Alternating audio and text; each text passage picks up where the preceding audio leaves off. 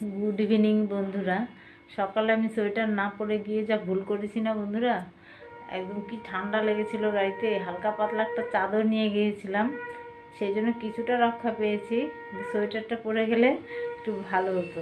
তা যাই হোক, আমি এখন বাড়িতে চলে এসেছি অনেকক্ষণ আগেই, এসে এবার নানান কাজ করলাম। এখন কালকে সেক্টর মিটিং আমার, সেই অনেক খাতা লিখতে হবে। এখন আমি লিখতে বসবো বন্ধুরা।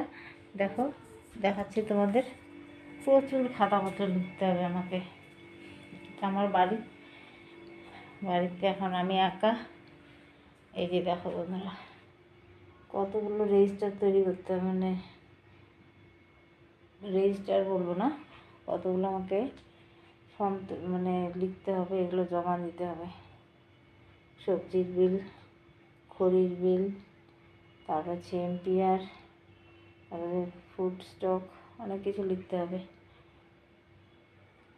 আমি লিখছি বন্ধুরা, ভালো থেকো, কমেন্ট করো।